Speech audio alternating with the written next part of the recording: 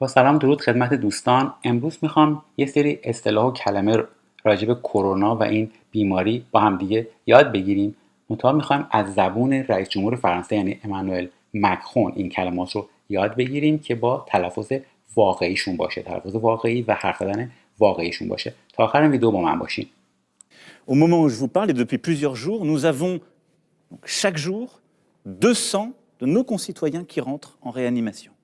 Aujourd'hui, 226. Et nous avons 32% de nos services de réanimation qui sont occupés par des concitoyens qui ont le Covid. Au moment où je vous parle یه اصطلاح، یعنی در زمانی که من دارم با شما حرف میزنم، الان که دارم با شما حرف میزنم، depuis plusieurs jours چند روزه که nous avons chaque jour 200 de nos concitoyens qui rentrent en réanimation. هر روز 200 از هموطنامون برمیگردن به réanimation، به مرحله احیا میرسن، مرحله‌ای که باید احیاشون کنیم. aujourd'hui 226، امروز 226 نفر. Réanimation یعنی تکنیک médicale qui permet de rétablir les fonctions vitales. تکنیک یا روش پزشکیه که اجازه میده یا امکان میده برگردونیم اون عملکردهای حیاتی شخص رو برگردونیم، یعنی باعث بشیم که شخصی که در حال مرگه داره میمیره رو احیا بکنیم. Et nous avons 32% de nos services de réanimation qui sont occupés par des concitoyens qui ont le COVID. و الان 32% از سرویس های réanimationمون، سرویس های احیامون qui sont occupés یعنی اشغال شدن par des concitoyens qui ont le COVID، توسط هموطنایی که کووید دارن. Ce qui veut dire que nos services de réanimation sont aujourd'hui dans une situation de pression qui n'est pas soutenable. Ce qui veut dire que nos services de réanimation sont aujourd'hui dans une situation de pression qui n'est pas soutenable. این به این معنایی که سرویس های réanimation ما امروز تو وضعیتی هستی، dans une situation de pression، تو وضعیت فشاری هستش که qui n'est pas soutenable، که قابل تحمل نیست. soutenable یعنی قابل تحمل. soutenable یعنی قابل تحمل. Et ce qui est important de comprendre, et je m'arrêterai là sur ce point, c'est que la différence entre le moment où je vous parle et ce qu'on a fait en mars-avril, c'est que nous avons appris, on sait comment il fonctionne, et ce qui est important de comprendre, je m'arrêterai là sur ce point، و اون چیزی که مهمه که بفهمیم و اون چیزی که درکش برای ما مهمه این که je m'arrêterai là sur ce point، یعنی من اینجا متوقف میشم، روی این نکته متوقف میشم، روی این نکته تمرکز میکنم.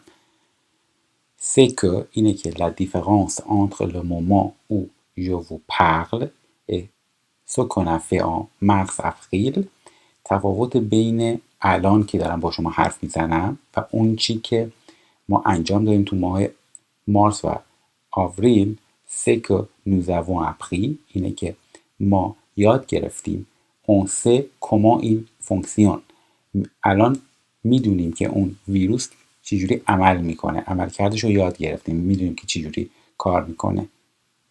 le virus n'a pas décollé à ce point, donc nous n'avons pas perdu le contrôle. خب و اینکه این ویروس نپا دکوله نکرده، دکوله یعنی اوج نگرفته، مثلا تیک آف هواپیما روش میگن دکوله، از ما در حال حاضر اوج نگرفته. donc nous n'avons pas perdu le contrôle، پس ما کنترل از دست ندادیم. اولش اون مجری پرسیده بود که خب کنترل از دست دادیم، برای جمهور داره توضیح میده که نه اصلا اینطوری نیست، ما کنترل از دست ندادیم.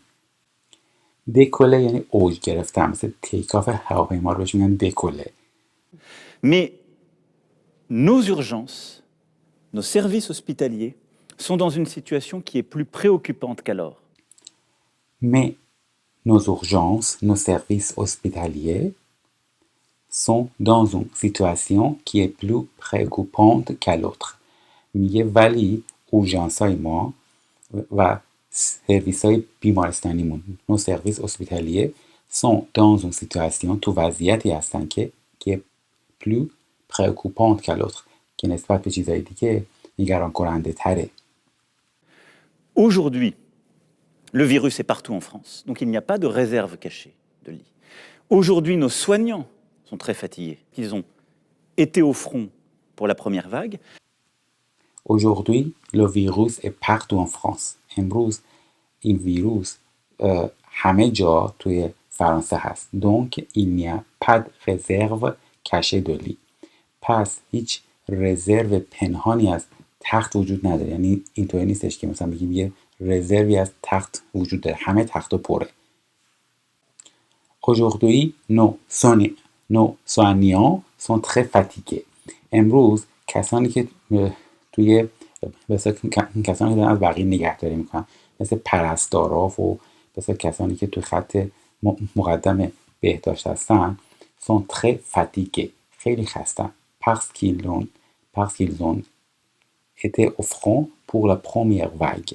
برای اینکه بودن au front یعنی جبهه یعنی خط مقدم و تو خط مقدم بودن pour la première vague برای اولین موج کرونا اینا توی خط مقدم بودن. سوانیا مثل پرستار میمونه، کسی که توی زمینه به اصطلاح پیرابزشکی داره کار میکنه و در واقع سوانیه یعنی مراقبت کردن.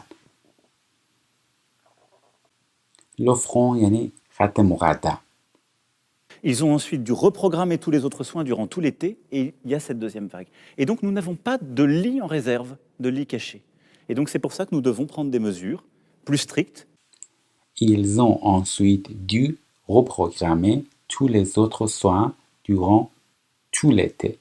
اونا مجبور بودن reprogrammer کنن، یعنی دوباره برنامه‌ریزی کنن، برنامه‌ریزی مجدد بکنن tous les autres soins، بقیه مراقبت‌های دیگر رو durant tout l'été، در کل طول تابستون مجبور بودن برنامه‌ریزی مراقبت‌های دیگر رو تغییر بدن.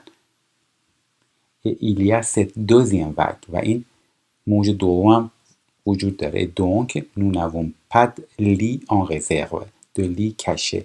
و در نتیجه ما اصلا مثلا تخت خواب رزرو نداریم، تخت خواب پنهان نداریم، جایی پنهان نکردیم، همه تخت خوابمون پره. Et donc c'est pour ça que nous devons prendre des mesures plus strictes. و به همین دلیله که ما باید تدابیر محدود کننده تری رو، تدابیر سختگیرانه تری رو اتخاذ بکنیم.